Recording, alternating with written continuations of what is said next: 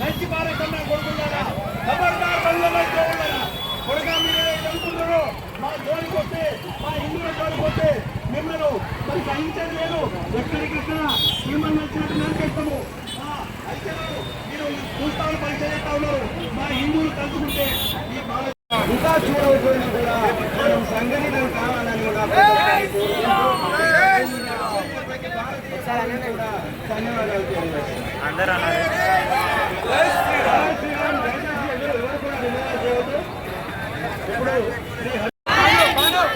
జై శ్రీరామ్, జై శ్రీరామ్, జై జై మాతా, జై జై మాతా, జై శ్రీరామ్, జై శ్రీరామ్.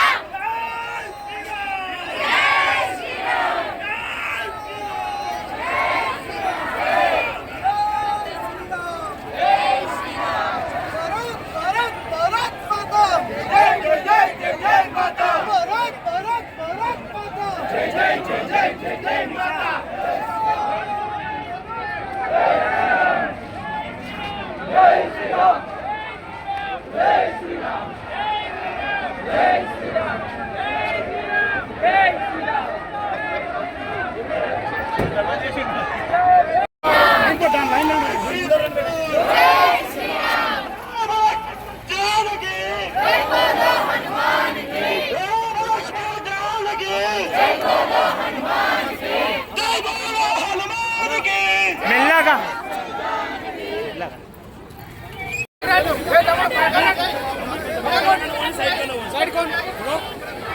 దింపినావా? దింపుతా.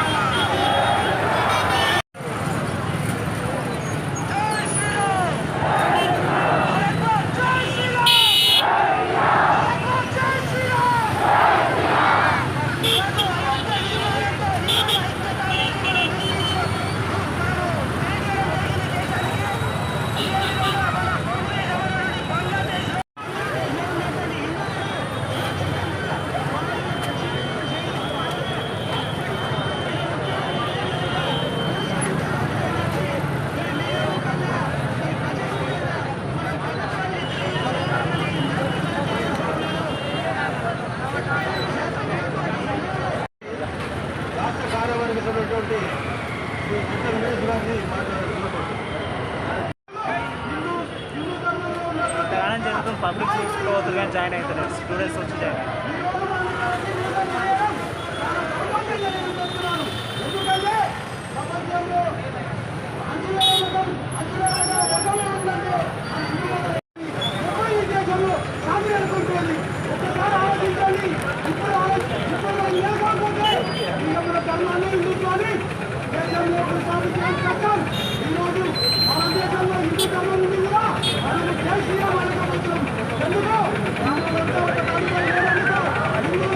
ఎందుకు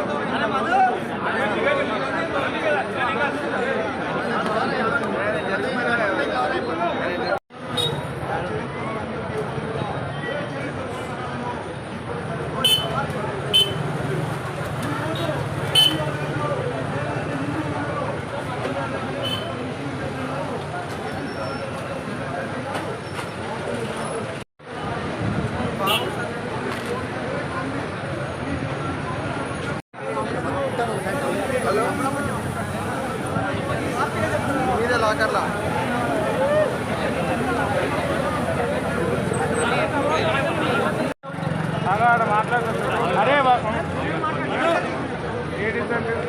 అరే వంశీ మాట్లాడతావా నువ్వు?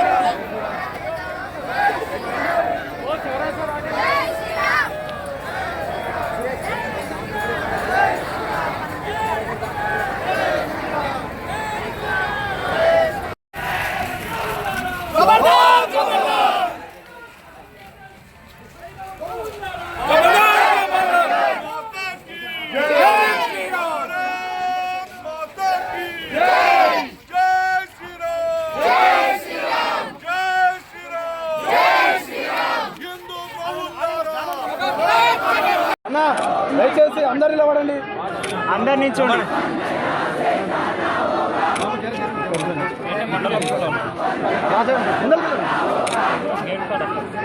కొంచెం వెనకాల జరగండి, ఇంకా వెనకాల కాలేదు, ఇంకా వెనకాల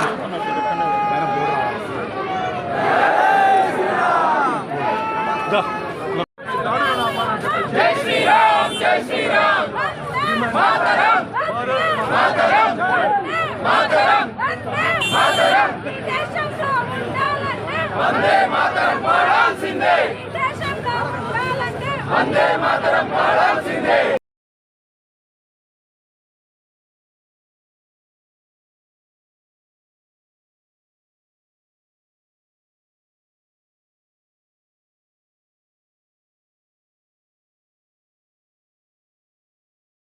ఈరోజు ప్రపంచవ్యాప్తంగా ఒకసారి హిందువుల పరిస్థితి ఏ రకంగా ఉంది అనేటువంటి విషయాన్ని ఒకసారి ఆలోచన చేసుకోవాలి.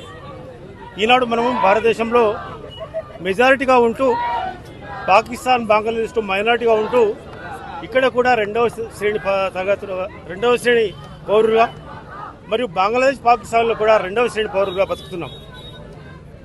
దీనికి అన్నిటి కారణం ఏంటంటే మన లోపల మనకు ఐక్యత లేకపోవడమే.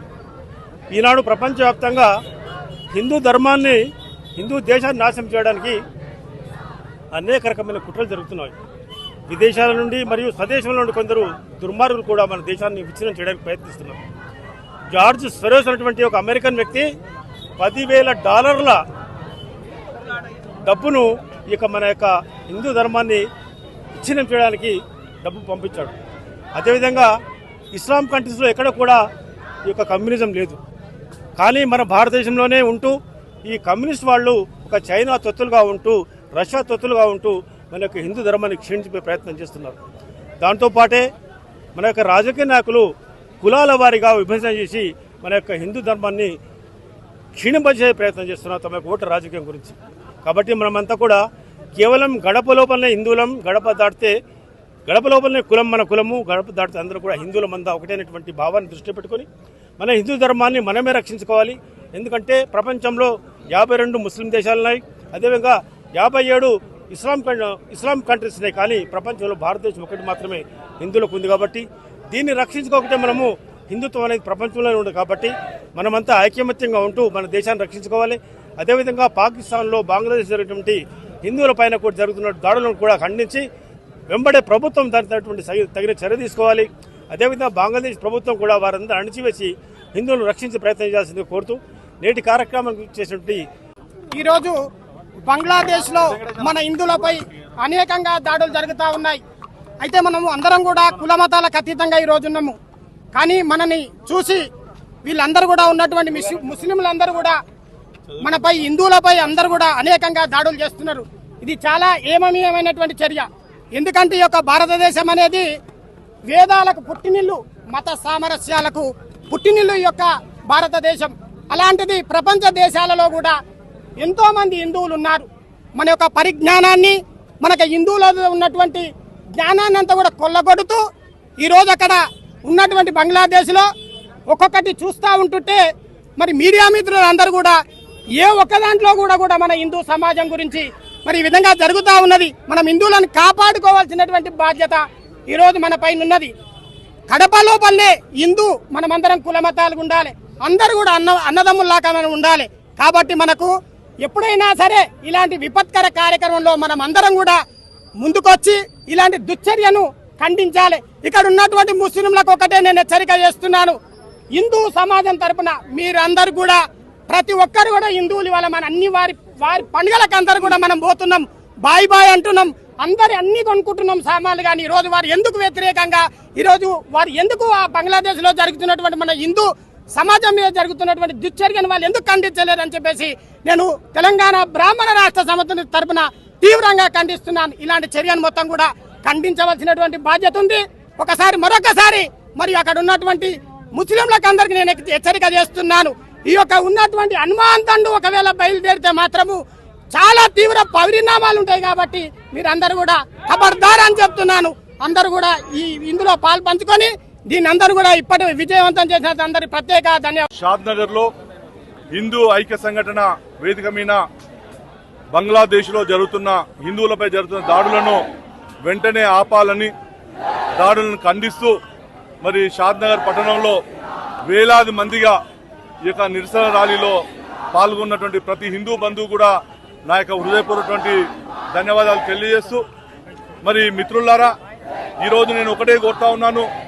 మరి దేశం పాకిస్తాను నుంచి బంగ్లాదేశ్ ఏర్పడేటప్పుడు మరి బంగ్లాదేశ్కు స్వాతంత్రం ఇప్పించినటువంటి దేశం మరి భారతదేశం. అలాంటి భారతదేశం మరి ఈరోజు అనేక మంది హిందువులు ఈరోజు మరి బంగ్లాదేశ్లో జరుగుతున్నటువంటి దాడులు ఏవైతే ఉన్నావో మరి బంగ్లాదేశ్లో ఉన్నటువంటి ఇస్లామిక్ తీవ్రవాదులు ఒక్కసారి గుర్తుపెట్టుకోండి. మరి ఆ దేశానికి స్వాతంత్రం ఇప్పించిందే మరి భారతదేశం. ఈ యొక్క హిందూ యొక్క శక్తి ఉన్నప్పుడే మీకు స్వాతంత్రం వచ్చిందనేది మర్చిపోవద్దని చెప్పేసి మేము ఈ సందర్భంగా తెలియజేస్తూ, మరి ఈరోజు ఈ దేశంలో ఉన్నటువంటి ముస్లిం పెద్దలకు ఒకటే కోరుతా ఉన్నాం. మరి దేశానికి స్వాతంత్రం వచ్చినప్పుడు 2% ముస్లింలుగా ఉన్నటువంటి ఈ దేశంలో ఈరోజు 20% ముస్లింలుగా ఈరోజు మాతో పాటు మీరందరూ మరి పాలు పంచుకుంటున్నారు. జనాభా పెరిగింది, మేమందరం కూడా స్వాగతిస్తా ఉన్నాం. కానీ అదే బంగ్లాదేశ్ లో ఈరోజు హిందువులపై జరుగుతున్న దాడులను మీరు ఎందుకు ఖండిస్తలేరని చెప్పేసి మేము ఈ సందర్భంగా ప్రశ్నిస్తా ఉన్నాం.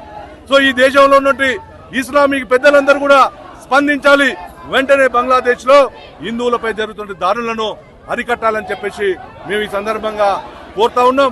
మరి షాద్నగర్ లో కూడా హిందూ ఐక్యతకు ఈ రోజు వేలాది మందిగా వచ్చినటువంటి యువకులు, అన్ని వర్గాల ప్రజలు మరి ఉన్నారని చెప్పేసి మరోసారి మీ అందరికీ తెలియజేస్తూ మరి ఒక విషయం తెలుపుతా ఉన్నాం.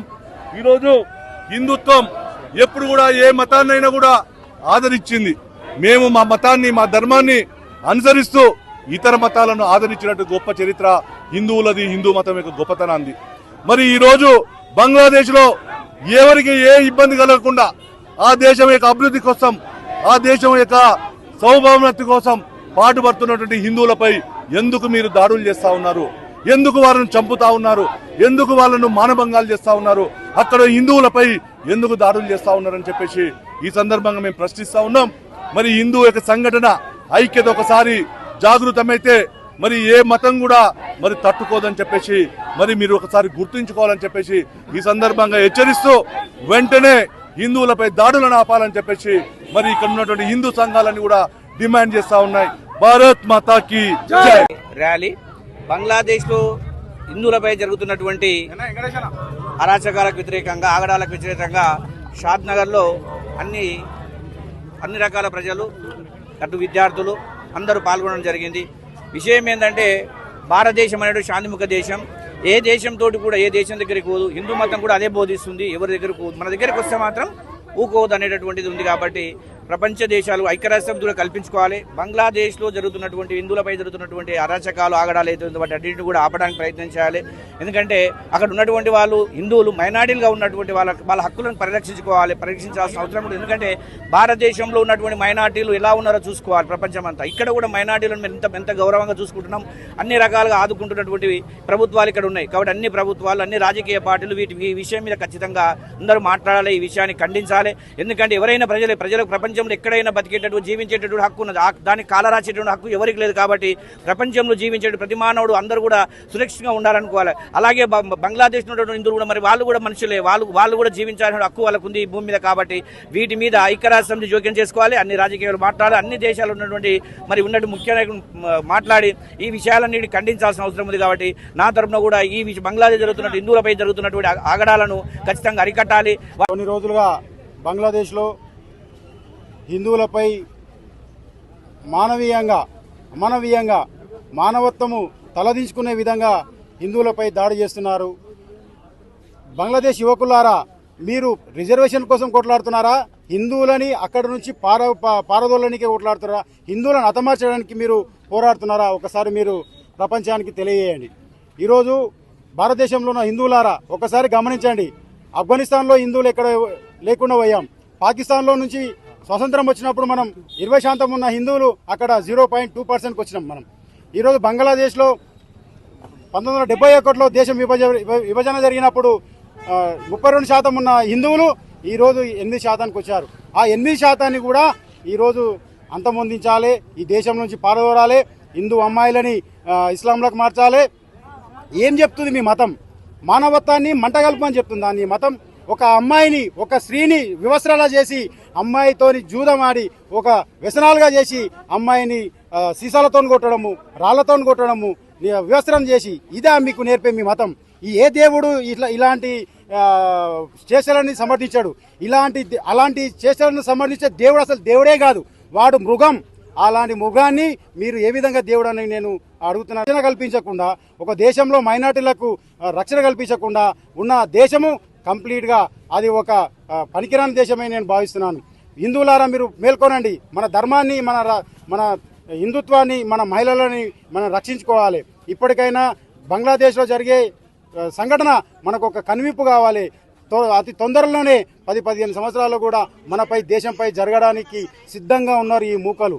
ఆ రోజు మనము మన తల్లులని, మన దేశాన్ని ఏ విధంగా మనం రక్షించుకోవాలి? ఒక్కసారి ఈ రోజు నుంచి మీరు ఆత్మపరిశీలన చేసుకోండి, మీ మనసు దృఢంగా చేసుకోండి. ఎవరు ఏ కుటుంబాన్ని ఎవరు కాపాడరు. నువ్వు నీ కుటుంబాన్ని నువ్వే కాపాడాలి, నీ ధర్మాన్ని నువ్వే కాపాడాలి, నీ దేశాన్ని కాపాడుకోవాలి. ఈ దేశం పైన వేల సంవత్సరాల దాడులు చేస్తున్నా ఈరోజు ఇప్పటికి నిలదొక్కుంది ధర్మం ఒకటే. ప్రపంచంలో 150 దేశాలు ఇప్పటివరకు వారి స్వభావాన్ని కోల్పోయినాయి. చెక్కు చెదరకుండా వేల సంవత్సరాల సంధి ఉన్న ఈ భారతదేశం ఒకటే ఈ దేశం మీద కన్నేసిర్రు. హిందూ యువకులారా, హిందూ ప్రజలారా, మీరు ఆలోచన చేయండి. ఇప్పుడు కూడా మేలుకోకపోతే బంగ్లాదేశ్లో, పాకిస్తాన్లో, ఆఫ్ఘనిస్తాన్లో జరిగిన సంఘటనలే ఈరోజు మనపై జరుగుతాయి. ఇప్పటికైనా మేలుపుకొనకపోతే, హిందూ సంఘాలు చెప్పిన వినకపోతే ఇక మిమ్మల్ని ఏ దేవుడు కాపాడడు. జాగ్రత్తగా ఉండండి, మనను మనం కాపాడుకోవాలి. ఇలాంటి సంఘటనలని తీవ్రంగా వ్యతిరేకించాలి. మన హిందూ జోళ్ళకి వస్తే అడ్డంగా నరికేస్తాం, పరమతాన్ని సాగిస్తాం, మా మతం మీద నిందలేస్తే నరికేస్తాం అనే సంకేతం మీరు వ్యతిరేక శక్తులకు ఇవ్వాలి. ఈరోజు వేరే మతాన్ని ఇవ్వని ఎవడన్నా కామెంట్ చేస్తాడా? చేయడు. ఎందుకు అంటే వాడు అన్ని ప్రాణాలు తెగించి ముందలుకోతాడు. ఈరోజు మనం ఎందుకు మన పైన ఎందుకు టార్గెట్ చేస్తున్నాడు? మనం మూసుకొని కూర్చుంటున్నాం. అన్నీ వాని పాపం అన్నప్పుడు ఆడే పోతాడు కానీ వాని పాపం వాడు. భగవద్గీతలో శ్రీకృష్ణుడు కూడా చెప్తాడు, అధర్మం చేసిన వాణ్ణి నువ్వు దండించకపోతే నువ్వు అధర్మం చేసినంతో సమానం అని చెప్పి ఆ రోజు చెప్పిండు. దేవుని మాటలు మీరు నమ్మి ధర్మాన్ని స్థాపించండి అని చెప్పి హిందువుల జోలికి వస్తే ఖబర్దార్ అని చెప్పి ముఖంగా నేను తెలియజేసుకుంటాను. ఐక్య సమితి ఈ రోజు షాద్ నగర్ లో బంగ్లాదేశ్ లో హిందువుల పైన జరుగుతున్న దాడికి నిరసనగా ఈ ర్యాలీ జరుగుతుంది. ఎందుకు? మనము కూడా ఒక్కటి, భారతదేశం కూడా మనము వాళ్ళకి అండదండగా నిలుస్తున్నామని చెప్పడానికి ఒక్కొక్క ఊర్లో, ఒక్కొక్క రాష్ట్రంలో, ఇలా షాద్ నగర్ అనే చిన్న ప్రాంతంలో కూడా ఇంతమంది ఈ రోజు ఇంత ర్యాలీ చేశారంటే ఎక్కడో ఉన్న హిందువులకి మనము ఉన్నాము, మేమంటూ ఉన్నాము అని చెప్పడానికి, హిందువులకి ఒక ధైర్యంగా, ఒక ఐక్యత, ఒక బలం అనేది ఉంది అని చెప్పడానికి ఈ రోజు మన అందరము ఉన్నాము. ఎంతో మంది స్కూల్ పిల్లలు, కాలేజ్ స్టూడెంట్స్, మహిళలు, జెంట్స్, పొలిటికల్ పవర్ అందరూ కలిసి మనం ఏకమత్యమై వీళ్లకు మనం అండగా ఉన్నామని చెప్తున్నాము. వందే భారత్. హిందువులపైన చేస్తున్న దుశ్చర్యలను, దుర్ఘటనను ఖండిస్తూ షాద్నగర్ నియోజకవర్గంలో నిరసన ర్యాలీ చేపట్టడం జరిగింది. నేను ఈరోజు బంగ్లాదేశ్ వాళ్ళను హెచ్చరిస్తున్నాను. మా హిందువులను మీరు హరాస్మెంట్ చేస్తూ ఉన్నారు, మానభంగాలు చేస్తూ ఉన్నారు, దోపిడీ చేస్తూ ఉన్నారు. కానీ ఇక్కడ మేము ముస్లింల సోదర భావంతో ఇలా మెదులుతున్నాం. ఇలా ఇక్కడ ఉన్నటువంటి ముస్లింలు పెద్దలు గమనించాలి. ఇక్కడ మేమైతే ఎట్లయితే మిమ్మల్ని సోదర భావంతో చూస్తున్నామో అక్కడ ముస్లింలు చూడడం లేదు. కనుక మీరు అక్కడ విన్నవించండి, అక్కడ చెప్పండి, మేము భారతదేశంలో బ్రహ్మాండంగా బతుకుతున్నాం, మేమంతా అన్నదమ్ములాగా ఉంటున్నాం, మీరు అక్కడ ఉన్నటువంటి హిందువులను ఇబ్బంది పెట్టొద్దని. ఇలా ఇక్కడ ఉన్నటువంటి హిందువులను నేను కోరుతా ఉన్నా, మనం ఐక్యత లేకపోతే 2029, 30లలో సేమ్ బంగ్లాదేశ్లో జరిగే పరిస్థితి మన దానికి వస్తుంది. కనుక ఇక్కడ ఉన్న హిందువులంతా ఐక్యత కావాలి, ఏకం కావాలి. గడప లోపలనే కులము, గడప దాటిన తర్వాత హిందువులుగా ఉండాలి, హిందువుల ఐక్యత ఉండాలి. ఈరోజు 100 కోట్ల హిందువులము మనం ఉన్నాము కనుకనే ఈరోజు హిందువుల జాగృతి కాపాడుతున్నాం, హిందూ మహిళలను కాపాడుతున్నాం. ఒకవేళ మైనార్టీగా మారిపోతే హిందువులు ఇలా ఇబ్బంది పాలవుతారు. ఇలా బంగ్లాదేశ్ జరుగుతుంది, అది జరుగుతుంది కనుక మనం ఐక్యతగా ఉండాలి. ఇలా ఇక్కడ నుండి హెచ్చరిస్తున్నాం బంగ్లాదేశ్లో, బిడ్డ మా హిందువుల పైన మీరు హరాస్మెంట్ ఆపకపోతే ఇలా మా ప్రభుత్వాన్ని, ఇక్కడ ఉన్నటువంటి సెంట్రల్ గవర్నమెంట్కు మేము ఇలా వినతి పత్రం పంపుతాము, యుద్ధం ప్రకటించమని. ఒకవేళ యుద్ధమే చేస్తే చీమల్లాక నలుచుకపోతారు నా కొడుకుల్లారా బంగ్లాదేశ్ వాళ్ళు. ఇలా మా హిందువులను ఇలా మీరు ఏ విధంగా చేస్తున్నారో మిమ్మల్ని చేయాల్సి వస్తుందని హెచ్చరిస్తున్నాం. హిందువులంతా ఒకటి కావాలని, ఈ భారతదేశంలో హిందువులంతా ఒకటైతే ఎవరు కూడా మనల్ని ఏం చేయరని, హిందువులను ఏకం కావాలని, హిందూ సోదరులను, సోదరిమణులందరినీ కోరుతూ భారతదేశాన్ని కాపాడుకోవాల్సిన అవసరం హిందువులపైన ఉందని చెప్పి నేను మీ అందరినీ కూడా విన్నవిస్తున్నాను. జై శ్రీరామ్. అందరికీ నా పాదాభివందనాలు. బంగ్లాదేశ్లో ఏమో జరిగిందని మనం అనుకుంటున్నాము. భారతదేశంలో 29 రాష్ట్రాలు ఉన్నాయి. భారతదేశంలో బంగ్లాదేశ్లో ఏదో జరిగిందని మనం అనుకుంటున్నాము. భారతదేశంలో 9 రాష్ట్రాలు మన చేతికి వెళ్ళిపోయినాయని మీరు గుర్తుంచుకోవాలి. ప్రతి ఒక్కడు ఆయుధం చేతిలో పట్టుకొని యుద్ధం చేసే సమయం ఆసన్నమైతే ఇప్పటి వరకు కూడా ఏ రాజకీయ పార్టీ నాయకుడు కూడా బయటకు వచ్చి ఇది అన్యాయాన్ని ప్రశ్నించట్లే.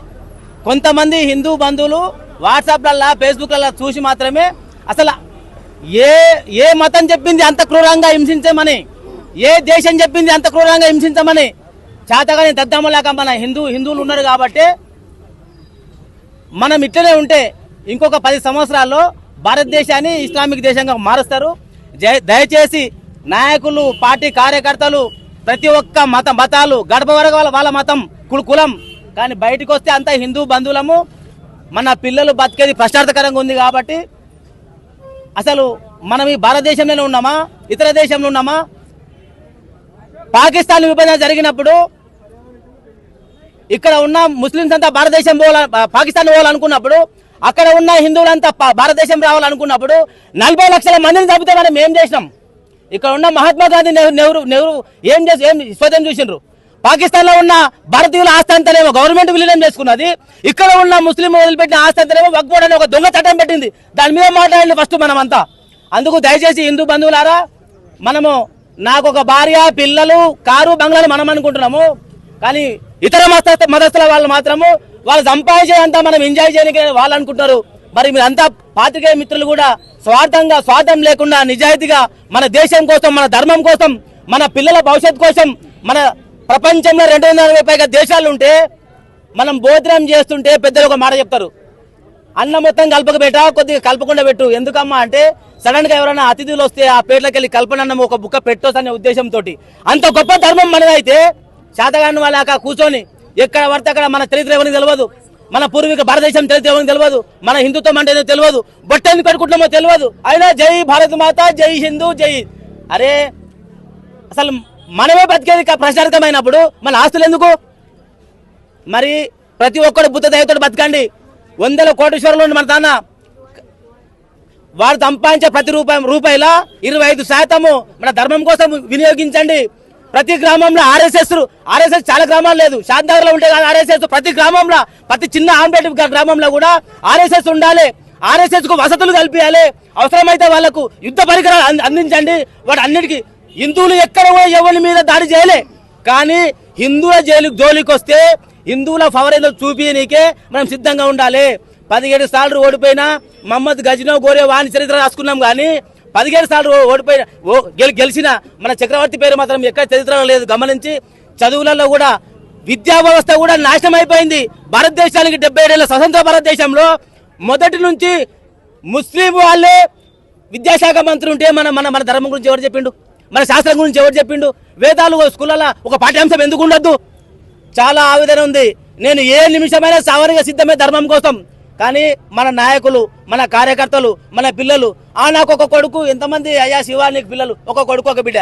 అరే అవతలోనికి గుడిసె లేకుండా కూడా 10 మంది అంటుండే, మరి మనకు 10 ఎకరాల భూమి ఉండి 10 కోట్ల ఆస్తి ఉండి ఒక కొడుకు ఒక బిడ్డ ఎందుకు? నలుగురిని వెళ్ళండి, అమ్మాయిలు ఉంటాని అబ్బాయిలు ఉంటాని, ఒకరిని ధర్మం కోసం వదిలిపెట్టండి. అప్పుడే ఈ దేశం బాగుపడుతుంది. మీ అందరికీ పాదాభివందనాలు చేస్తున్నా. హిందుత్వమే ప్రపంచానికి తలమానికము. ఆ హిందుత్వాన్ని కాపాడుకోవడం ప్రతి ఒక్కరిది. ఈ కులం ఆ కులం గడప వరకు ఏమైనా కులం ఉండుకోక, కానీ బయటికి వెళ్ళినప్పుడు మాత్రం అందరు బొట్టు ఎందుకు పెట్టుకున్నామో తెలుసుకోండి, దుడ్డు ఎందుకు ఉండాలో తెలుసుకోండి, దుద్దులు ఎందుకు ఉండాలో తెలుసుకోండి. మన ధర్మం మీద తెలుసుకున్న తర్వాత మీరు బయటకు వచ్చి ఏ రాజకీయమైనా చేసుకోండి. ఈ అవకాశం ఇచ్చిన పాత్రికేయ మిత్రులకు జై శ్రీరామ్, జై శ్రీకృష్ణ.